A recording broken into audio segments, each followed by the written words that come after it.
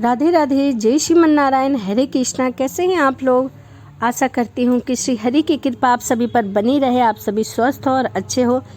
इसी के साथ आज हम सुनेंगे पौष पूर्णिमा व्रत की कथा। तो चलिए कथा को शुरू करते हैं।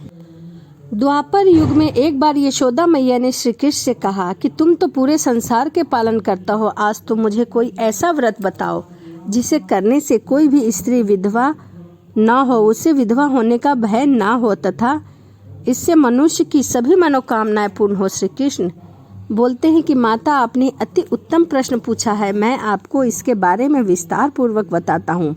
सौभाग्य प्राप्ति के लिए महिलाओं को 32 पूर्णमासी का व्रत करना चाहिए। इससे उनकी सभी मनोकामनाएं पूर्ण होती हैं और सौभाग्यवती होने का आशीष मिलता है। अब मैं आपको इससे जुड़ी हुई कथा सुनाता हूँ। इस भूमंडल पर एक अत्यंत प्रसिद्ध राजा चंद्रहास से पालित अनेक प्रकार के रत्नों से परिपूर्ण कातिका नाम की एक नगरी थी। वहां पर धनेश्वर नाम का एक ब्राह्मण था और उसकी स्त्री अति सुशीला रूपवंती थी। दोनों ही उसी नगरी में बड़े प्रेम के साथ रहा करते थे। धन की कोई भी कमी नहीं थी, लेकिन उसको बहुत बड़ा दुख था कि उसकी कोई भी संतान नहीं थी। इस कष्ट से वह बहुत दुखी रहा करता था। एक दिन एक बड़े से तपस्वी योगी उस नगर में आए। वहां उस योगी ने उस ब्राह्मण के घर को छोड़कर सभी घरों से भिक्षा लाकर भोजन बनाया, लेकिन रूपवंती से वह भिक्षा नहीं लिया करता था। एक समय वह किसी अन्य घर से भिक्षा लेकर गंगा किनारे जाकर भिक्षान को प्रेम पूर्वक खा रहा था। तभी धनेश्वर ने योगी को देखा और अपनी भिक्षा के अनादर से दुखी होकर योगी से बोला, हे महात्मा, आप सभी घरों से भिक्षा लेते हैं परंतु मेरे घर से कभी भिक्षा नहीं लेते, इसका क्या कारण है? मैं जानना चाहता हूँ। योगी ने कहा, निसंतान के घर की भीख पतितों के अन्न के तुल्य नहीं है, और जो पतितों का अन्न खाता है वह भी पतित हो जाता है। क्योंकि तुम निसंतान हो, अब पतित हो जाने के भय से मैं तुम्हारे घर की भिक्षा नहीं लेता हूँ। बस यही कारण है कि मैं तुम्हारे घर से भिक्षा नहीं लेता हूँ और सभी के घरों से लेता हूँ।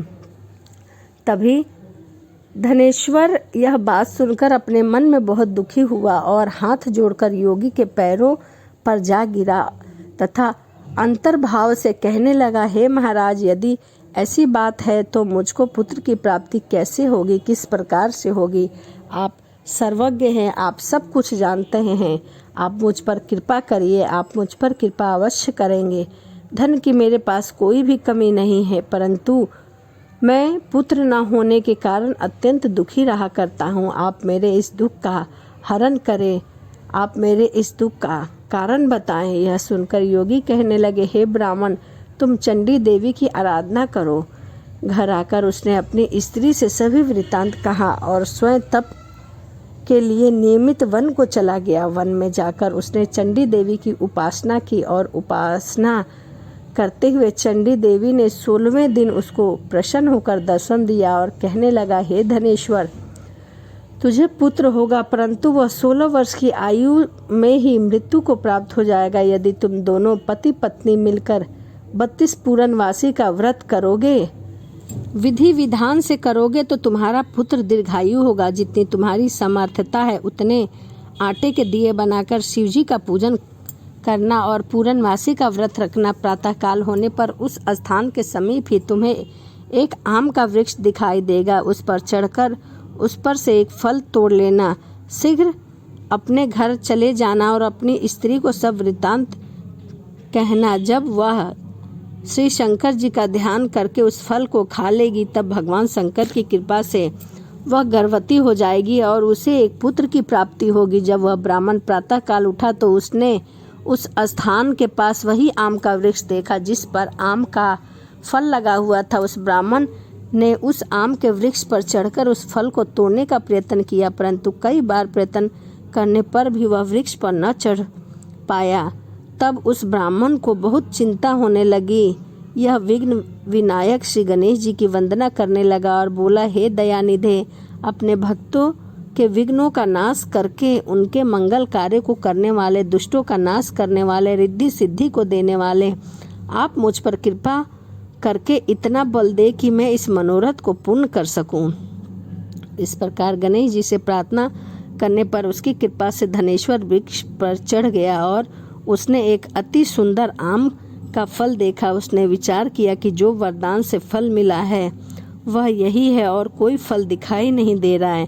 उस धनेश्वर ब्राह्मण ने जल्दी से उस फल को तोड़कर अपनी स्त्री को लाकर दे दी। उसकी स्त्री ने अपने पति से के कथा अनुसार उस फल को खा लिया। इसके पश्चात वह गर्भवती हो गई। देवी की असीम कृपा से उसे एक अत्यंत पुत्र की प्राप्ति हुई, जिसका नाम उन्होंने देवीदास रखा। माता पिता के हर्ष और शोक के साथ वह बालक शुक्ल पक्ष की चंद्रमा की भांति बढ़ने लग गया। भवानी की कृपा से वह बालक बहुत ही सुंदर, सुशील और पढ़ने में निपुण हो गया। चंडी देवी की कथा के अनुसार उसके माता पिता ने 32 पूर्णमासी का व्रत रखना प्रारंभ कर दिया, जिससे कि उसके पुत्र दीर्घायु हो जाए। 16 वर्ष लगते ही देवीदास के माता पिता को बड़ी चिंता हो गई कि कहीं उसके पुत्र का इसी वर्ष मृत्यु न हो जाए। इसीलिए उन्होंने अपने मन में विचार किया कि यदि यह दुर्घटना उनके सामने होगी तो वह सहन नहीं कर पाएंगे। इसीलिए उन्होंने देवीदास के मामा को बुलाया और कहा कि हमारी इच्छा है कि देवीदास 1 वर्ष तक काशी में जाकर पढ़ाई करें और हम उसको अकेला भी नहीं छोड़ना चाहते। इसीलिए तुम साथ चले जाना और 1 वर्ष के पश्चात तुमको वापस लौटकर यहीं आना है। सब प्रबंध करके उसके माता पिता ने उसे काशी जाने के लिए आदेश दे दिया। देवीदास को एक घोड़े पर बैठाकर उसके मामा को उसके साथ विदा कर दिया। धनेश्वर ने अपनी पत्नी के साथ अपने पुत्र की मंगल कामना तथा दीर्घायु के लिए भगवती दुर्गा की आराधना और पूर्णवासी का व्रत करना प्रारंभ कर दिया। इस प्रकार उन्होंने 32 पूर्णवासी का व्रत किया।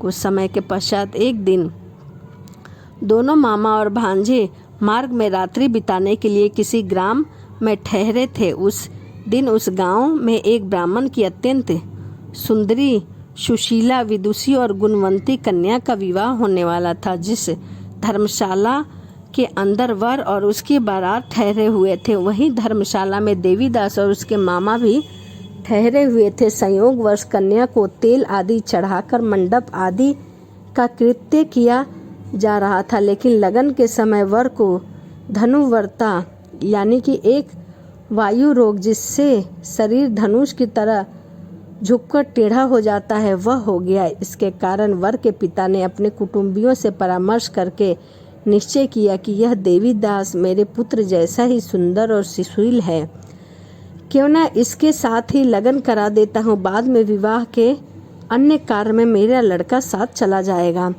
ऐसा सोचकर उन्होंने देवीदास के मामा से हाथ जोड़कर प्रार्थना की और बोले, तुम थोड़ी देर के लिए अपने भांजे को हमें दे दो, जिससे विवाह के लग्न के सारे कार्य हो जाएं, उसके बाद मैं तुम्हें दे दूंगा। उसका मामा कहने लगे कि जो कुछ भी कन्यादान के समय वर को मिलेगा वह सब हमें दे देना, तभी मेरा भांजा आपके इस बारात का दूल्हा बन जाएगा। यह बात वर के पिता ने स्वीकार कर ली। उसने अपने भांजे को वर बनने के लिए भेज दिया। उसके साथ जब विवाह कार्य रात्रि में विधि पूर्वक संपन्न हो गया, पत्नी के साथ वह भोजन न कर सका और अपने मन में सोचने लगा कि न जाने यह कैसी स्त्री होगी। वह एकांत में इसी सोच में पड़ा था, उसकी आंखों से आंसू आ गए। तब वधू ने पूछा कि क्या बात है, आप इतने उदास और दुखी क्यों हो रहे हो।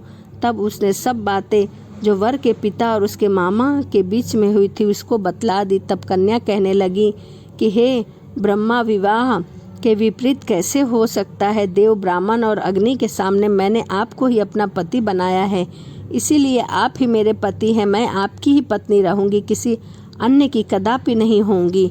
तब देवीदास कहने लगा, ऐसा मत करिए, क्योंकि मेरी आयु बहुत कम है।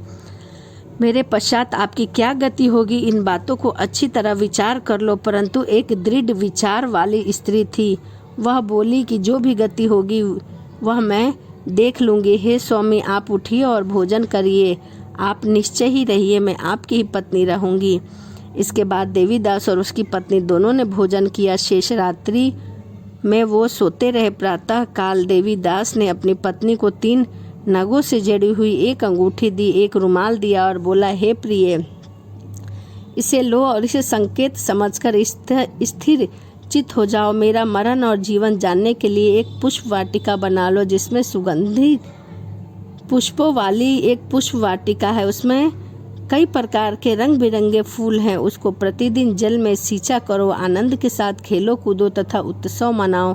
जिस समय और जिस दिन मेरा मृत्यु होगी ये फूल सूख जाएंगे और जब मैं जीवित हो जाऊंगा तो यह हरे हो जाएंगे, तो जान लेना कि मैं जीवित हूँ। अब वह समझाकर वहाँ से चला गया। प्रातःकाल होते ही वहाँ पर गाजे बाजे बजने लगे और जिस समय विवाह के कार्य संपन्न करने के लिए वर तथा सब बाराती मंडप में आए तो कन्या ने वर को भली भांति देखकर अपने पिता से कहा कि यह मेरा पति नहीं है, मेरा पति वही है जिसके साथ रात्रि में मेरा विवाह हुआ है, जिसके साथ मेरा पानी ग्रहण हुआ है, इसके साथ तो मेरा विवाह हुआ ही नहीं। यदि यह वही है तो बताएं कि मैंने इसको क्या दिया है। मधु पर्क और कन्यादान के समय जो मैंने भूषण आदि दिए थे उन्हें दिखाएं तथा रात में मैंने इससे क्या गुप्त बातें की थी वह भी मुझे सुनाएं।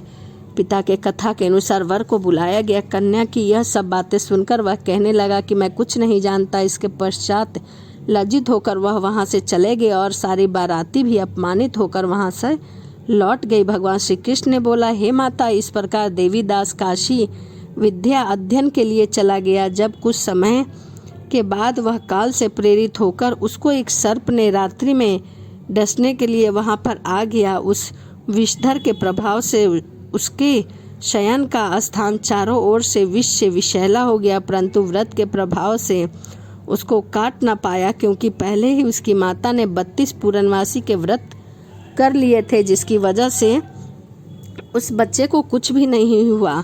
इसके बाद मध्यकाल के समय स्वयं काल वहाँ पर आया और उसके शरीर से उसके प्राणों को निकालने का प्रयत्न किया, जिससे वह मूर्छित होकर पृथ्वी पर गिर पड़ा। भगवान की कृपा से उसी समय माता पार्वती और भगवान शिव वहाँ पर आ गए। उसको मूर्छित दशा में देखकर पार्वती जी कहने लगी, भगवान शंकर से प्रार्थना करने लगी, हे प्रभु, इस बालक की माता ने पहले ही 32 पूर्णमासी का व्रत किया है, जिसके प्रभाव से हे भगवान आप इसको प्राण दे दे। भवानी के कहने पर भक्त वत्सल भगवान शिव ने उसको प्राणों को वापस दे दिया। इस व्रत के प्रभाव से काल को भी पीछे हटना पड़ा और देवीदास स्वस्थ होकर घर गया। उधर उसकी स्त्री उसके काल की प्रतीक्षा कर रही थी। जब उसने देखा कि उस पुष्प वाटिका में पुष्प खिल गए हैं तो उसको बहुत आश्चर्यचकित हुआ। अब वह वैसे ही हरी भरी हो गई थी। अब वह जान गई थी कि उसका पति जीवित है। यह देखकर वह बहुत प्रसन्न हुई और अपने माता पिता से कहने लगी कि मेरा पति जीवित है, वह मुझे ढूंढते ढूंढते अवश्य आएगा। जब 16 वर्ष बीत चुके तब देवी दास भी अपने मामा के साथ काशी से चल दिया। इधर उसके ससुर उसे ढूंढने के लिए अपने घर से जाने वाले ही थे।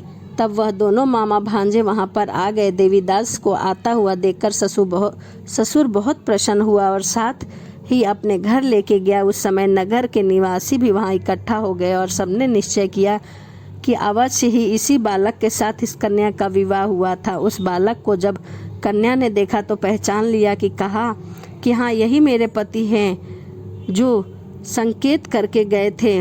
इसके बाद सभी कहने लगे कि हाँ, यही है। नगरवासियों ने बहुत खुशी और आनंद मनाया। उस कन्या की विदाई देवीदास के साथ कर दी गई। तभी देवीदास अपने मामा और अपनी पत्नी के साथ अपने घर के लिए रवाना हो गया। श्री कृष्ण जी कहने लगे कि इस प्रकार धनेश्वर 32 पूर्ण मासी के व्रत के प्रभाव से पुत्रवान हो गया। जो भी स्त्री इस व्रत को करती है वह जन्म जन्मांतर के वैधव्य का दुख नहीं भोगती और सदैव सौभाग्यवती रहती है। यह मेरा वचन है, इसमें कोई संदेह नहीं है। यह व्रत पुत्र को देने वाला है, संपूर्ण कामनाओं को पूर्ण करने वाला है। 32 पूर्णिमों के व्रत करने से व्रती की सब इच्छाएं भगवान श्री कृष्ण और शिव जी पूर्ण कर देते हैं। तो यह पूष मास की पूर्णमासी की कथा थी। यदि आपको वीडियो अच्छी लगी हो तो प्लीज़ कमेंट ज़रूर करिएगा। कमेंट में जय श्रीमन नारायण जरूर लिखिएगा। तो चलिए इसी के साथ वीडियो को समाप्त करते हैं और मिलते हैं अगली वीडियो में। राधे राधे, जय श्रीमन नारायण, हरे कृष्णा।